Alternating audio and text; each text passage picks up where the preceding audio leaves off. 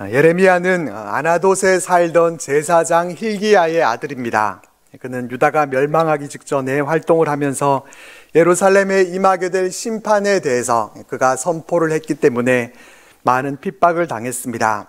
그는 구약시대 선지자들 가운데 가장 어려운 때 많은 고난을 당했던 선지자였고, 나라의 운명을 내다보면서 많은 눈물을 흘렸기 때문에 눈물의 선지자라는 별명을 가지고 있습니다. 예레미야는 범죄한 유다 백성들에게 하나님의 심판이 임하게 될 것을 경고하면서 회개하고 하나님께로 돌아오기를 촉구했지만 누구 하나 귀담아 듣지 않았습니다. 사람들은 예레미야를 조롱하고 비웃으면서 거짓 선지자 취급을 했고, 친한 벗들도 그를 외면하고 모두 떠나갔습니다. 이제 나라의 멸망은 눈앞으로 다가왔고 하나님의 심판의 날이 가까워 가고 있었습니다. 이러한 때에 하나님은 예레미야에게 임하셔서 말씀하십니다. 너는 일어나 토기장의 집으로 내려가라. 내가 거기에서 내 말을 내게 들려주리라. 하나님은 예레미야에게 말씀을 들려주시기 위해서 토기장의 집으로 내려가라 라고 말씀하셨습니다. 뭔가를 보여주시고 그 본 것을 토대로 해서 말씀해 주시겠다는 것입니다. 예레미야는 하나님께서 무슨 말씀을 하실지 알지 못하지만은 하나님의 말씀에 순종해서 토기장의 집으로 갑니다. 거기서 보니까 토기장이가 어떻게 하고 있었습니까? 농로로 일을 하는데 진흙으로 만든 그릇이 토기장의 손에서 터짐에 그가 그것으로 자기 의견에 좋은 대로 다른 그릇을 만들더라. 토기장이는 물레를 돌리면서 진흙으로 그릇을 만들고 있었습니다. 그릇을 만들다가 토기장의 손에서 터짐에라는 이런 표현이 나오는데, 터지다라는 말은 손상되다, 훼손되다 라는 뜻입니다. 그릇을 만들다가 만들던 것이 망가지면 토기장이는 그 진흙으로 다시 자기의 의견에 좋은 대로 다른 그릇을 만들었습니다. 이 모습이 하나님께서 예레미야 선지자에게 보여주고자 하셨던 모습입니다. 그러니까 하나님은 토기장의 집으로 견학을 보내셨고, 거기서 토기장이가 그릇 만드는 모습을 직접 보도록 시청각 교육을 시키신 것입니다. 토기장이가 일하는 모습을 시청각 자료로 사용하신 후에 하나님은 다시 예레미야에게 임하셔서 말씀하십니다. 6절 말씀입니다. 여호와의 말씀이니라. 이스라엘 족속아, 이 토기장이가 하는 것 같이 내가 능히 너희에게 행하지 못하겠느냐. 이스라엘 족속아, 진흙이 토기장의 손에 있음 같이 너희가 내 손에 있느니라. 중요한 말씀입니다. 하나님은 이 말씀을 하시기 위해서 예레미야를 토기장의 집으로 보내셨던 것입니다. 6절 말씀에서 특별히 중요한 말씀이 너희가 내 손에 있느니라 라는 말씀입니다. 우리가 깨달아야 할 것은 우리가 하나님의 손에 있다는 사실입니다. 토기장이가 그릇을 만드는 모습을 먼저 생각해 보겠습니다. 토기장이는 진흙으로 그릇을 만듭니다. 컵을 만들기도 하고 또 커다란 장독 항아리도 만들 수 있고 값비싼 예술 작품 도자기도 만듭니다. 일을 할 때는 농로라고도 하고 돌림판이라고도 하는 이 물레를 사용합니다. 재료는 진흙을 가지고 만드는데 모양을 만들다가 잘 되지 않으면 다시 만듭니다. 그 모든 일들은 다 토기장의 손에 달려 있습니다. 진흙을 가지고 주전자를 만들 것인지 컵을 만들 것인지 고급 도자기를 만들 것인지 값싼 화분을 만들 것인지 토기장이가 전적으로 결정합니다. 토기장이가 어떤 의도와 목적을 가지고 만드느냐에 따라서 진흙의 용도와 가치가 결정됩니다. 진흙은 토기장이에게 나를 왜 이렇게 만들었느냐고 따질 수 없습니다. 토기장이가 절대 주권을 갖고 있기 때문입니다. 이 부분에 대해 생각하게 해주는 토기장이와 진흙 이야기를 소개해 드리겠습니다. 모든 진흙덩이가 그렇듯이 질그릇으로 최고의 작품이 되어서 왕궁의 식탁이나 부잣집의 장식장에 올라가는 것이 최고의 꿈이었다. 다행인 것은 우리들의 토기장이가 이 나라 최고의 장인이라는 것이었다. 그가 만든 그릇들은 거의 다 왕궁이나 부잣집으로 팔려나갔다. 어느 날 토기장이가 내 앞에 앉아서 나를 반죽하기 시작했다. 그러자 나도 흥분하기 시작했다. 이 세상에서 가장 멋진 작품으로 태어날 내 모습이 떠올랐기 때문이다. 그런데 좀 이상했다. 토기장이가 빚는 나의 모습은 이전과는 전혀 다르기 때문이었다. 한쪽으로 기울어진 주둥이에 유난히도 넓은 손잡이, 나를 지켜보는 다른 진흙들의 웃음소리가 들렸다. 난 너무 속상해서 눈물이 나올 것만 같았다. 나를 이런 흉측한 모습으로 빚은 토기장의 손길이 밉고 또 미웠다. 마지막으로 불가마에서 나온 내 모습은 정말 절망적이었다. 토기장이가 날 왜 이런 모습으로 빚었는지 도무지 이해할 수 없었다. 하지만 토기장이는 내가 완성되자마자 나를 품에 안고 어디론가 뛰어갔다. 그가 도착한 곳은 어느 가난한 농부의 집이었다. 아무리 나를 이렇게 가난한 농부에게 팔려고 했어도 이런 모양으로 만든 토기장이가 나는 생각할 수 없도록 미웠다. 차라리 바닥에 떨어져 내가 깨어 없어지기를 바랄 뿐이었다. 그런데 밖으로 나온 농부의 모습을 보는 순간 난 너무 놀라고 말았다. 그 농부는 농사일을 하다가 두 손이 잘린 사람이었다. 그래서 그는 평범하게 생긴 그릇을 사용할 수가 없었던 것이다. 토기장이는 이 사실을 알고 이 농부를 위해 손이 아닌 팔로 사용할 수 있는 나처럼 생긴 그릇을 만들었던 것이다. 나는 붙잡고 눈물을 글썽이는 농부에게 토기장이가 말했다. 더 고마운 것은 나요. 내가 질그릇을 만들면서 이렇게 기뻤던 적은 처음이요. 이 그릇은 나의 최고의 작품이요. 토기장이가 만든 최고의 작품이 나라는 사실을 난 그때 깨달았다. 그리고 나는 빚던 토기장이의 그 따스한 손길을 그제야 느낄 수가 있었다. 진흙의 입장에서는 당연히 좋은 그릇, 최고의 작품이 되기를 원하는 마음이 있을 것입니다. 하지만 진흙이 원하는 대로 되는 것이 아닙니다. 쉽게 말해서 토기장이 마음대로입니다. 토기장이가 어떤 뜻을 갖고 그 손을 어떻게 놀리느냐에 따라서 그 결과가 결정됩니다. 6절에서 말씀한 너희가 내 손에 있느니라 라는 의미가 바로 이런 것입니다. 하나님은 토기장이가 되시고 우리는 진흙이기에 하나님이 주권을 가지시고 모든 일들을 행하십니다. 본문 말씀을 통해 우리가 기억해야 할 첫 번째는 토기장이의 손에서 터질 수도 있다는 사실을 알고 인정하는 것입니다. 토기장이는 늘상 하는 일이 토기를 만드는 일입니다. 늘 그 일을 한다는 것은 그 일의 전문가, 달인이라는 것입니다. 생활의 달인이라는 TV 프로그램을 통해서 보게 되는 것처럼 달인은 일반인과는 다릅니다. 기술이 얼마나 뛰어난지 모릅니다. 그렇다면 토기장이도 그 일의 전문가이니까 어떻게 해야 하겠습니까? 손을 대자마자 뚝딱 그릇이 만들어지고 항상 완벽한 그릇이 만들어져야 될 것 같습니다. 눈을 감고 물레를 돌려도 손의 감각만으로도 훌륭한 작품이 나와야 역시 토기장이구나 그렇게 말할 수 있을 것입니다. 하지만 그렇지 않다는 것입니다. 토기장의 손에서도 진흙이 터지는 일이 있다는 것입니다. 이런 일이 생기게 되는 것은 토기장이의 실력이 부족해서가 아닙니다. 토기장이가 일을 하다가 마음에 들지 않으면 만들던 것을 뭉개고 다시 작업을 하는 것은 얼마든지 있을 수 있는 일입니다.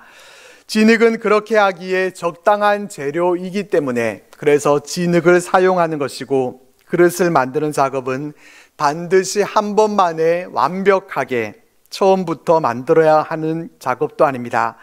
다시 손을 대고 더 주무르고 처음부터 시작하는 그 과정을 통해서 처음에 생각했던 것보다 더 좋은 작품이 만들어지기도 합니다.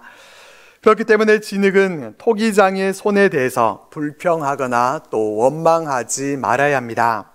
나를 한 번에 좀 완벽하게 최고의 작품으로 만들어서 왕궁에서 쓰는 그릇이 되게 해달라고 억지 요구를 하지 말아야 합니다. 하나님의 손은 단 한 번의 손길로 최고의 작품으로 탄생시키려고 하는 그런 생각을 전혀 하지 않고 계시는데 그렇게 되기를 바라면서 내 뜻대로 되지 않는다고 해서 원망하는 것은 진흙이 취할 모습이 아닙니다.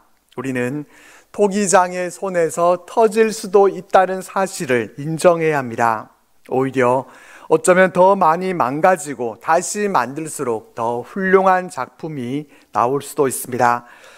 토기를 만드는 것은 금을 얻기 위해 단련하는 것과 비슷하다는 생각이 듭니다.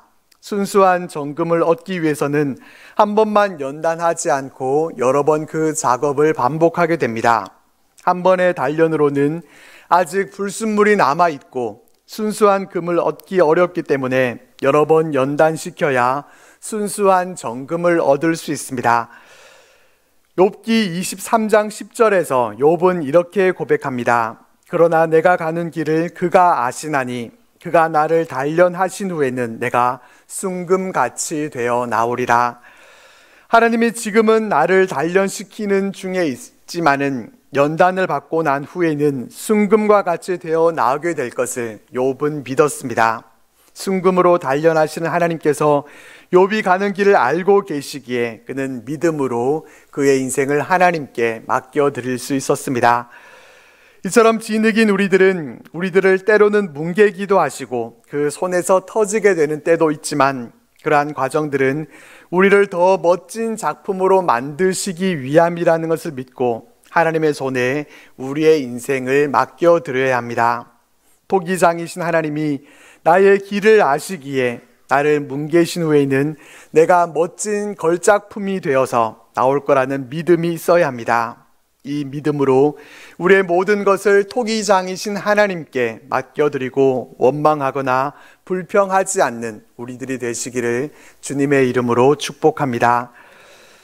우리가 기억해야 할 두 번째는 토기장이의 의견에 좋은 대로 해야 한다는 것입니다. 4절 말씀에도 주목할 중요한 말씀이 있는데 자기 의견에 좋은 대로라는 말씀입니다. 토기장이가 그릇을 만들 때 어떻게 하는가 하면 토기장이 의견에 좋은 대로 만든다는 것입니다. 이성적이고 민주적이고 합리적으로 하려면은 토기장의 의견대로 좋은 대로가 아니라 진흙들에게 의견을 물어봐야 됩니다. 3분의 2 이상의 동의는 아니더라도 적어도 과반수의 진흙이 이렇게 했으면 좋겠다는 그 의견을 받아들이는 것이 좋을 것입니다.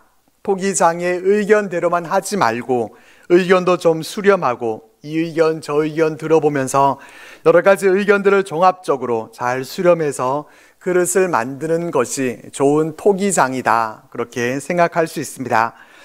하지만 그것은 어디까지나 진흙의 입장에서의 생각이고 토기장의 생각은 그렇지 않습니다. 토기장이는 진흙과는 다른 생각을 갖고 있습니다. 이사야 55장 8절과 9절 말씀입니다. 이는 내 생각이 너희의 생각과 다르며 내 길은 너희의 길과 다름이니라. 여호와의 말씀이니라. 이는 하늘이 땅보다 높음같이 내 길은 너희의 길보다 높으며 내 생각은 너희의 생각보다 높음이니라. 토기장이 되신 하나님은 우리의 생각과 다르고 하나님의 길과 우리의 길은 다르다라고 말씀하십니다.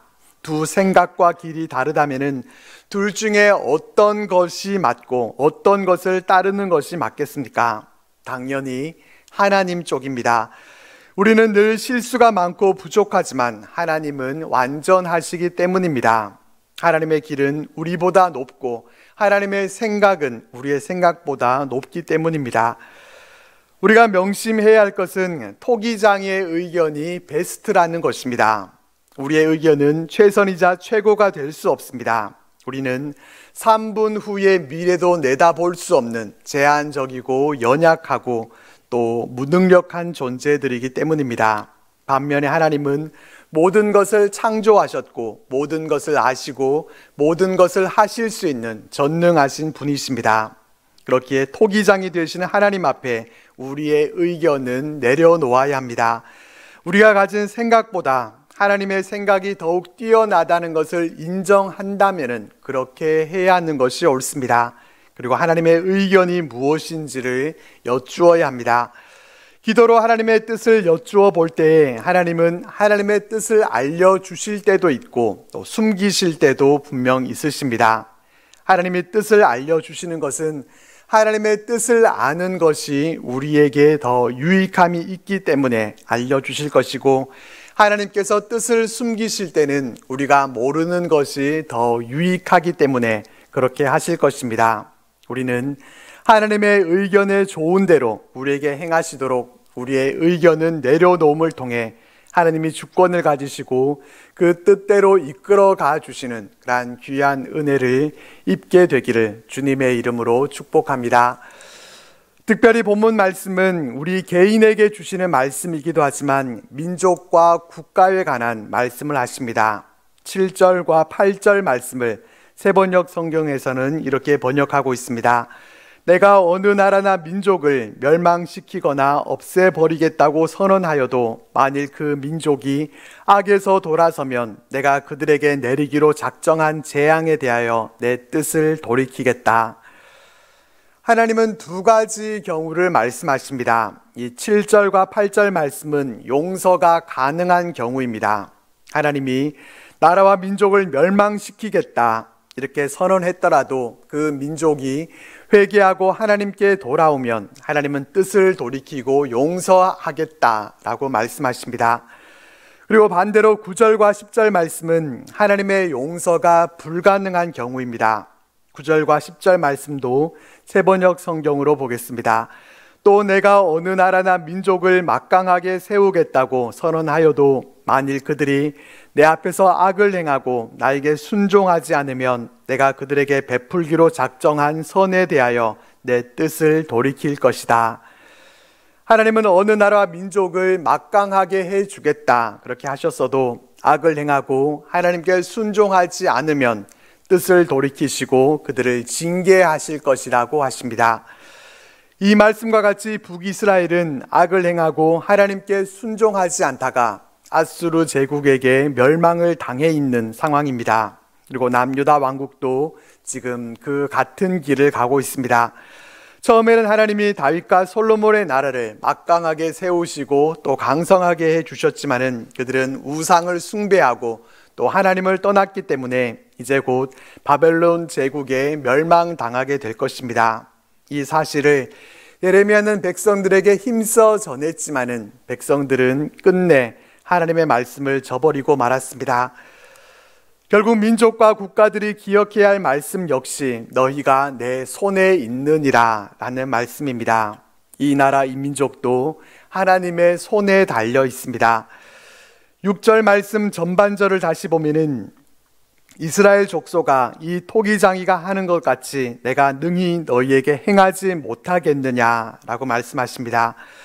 이스라엘이라는 민족과 국가에 대해 하나님은 말씀하시기를 내가 토기장이처럼 너희에게 하지 못하겠느냐라고 말씀하십니다. 토기장이가 그 손으로 진흙을 뭉개기도 하고 또 다시 만들기도 하는 것처럼 내가 한 나라와 민족을 뭉개버리기도 하고 다시 잘 만들기도 하고 그렇게 하지 못하겠느냐, 내가 그럴 능력이 없는 하나님이겠느냐라고 하십니다. 그렇게 못하겠느냐라는 말씀은 그렇게 할 수 있을지 없을지를 물어보는 그런 말씀이 아니라 그렇게 하실 수 있다는 말씀입니다. 토기장이신 하나님은 얼마든지 한 나라와 민족을 마음대로 주무르실 수 있는 분이십니다.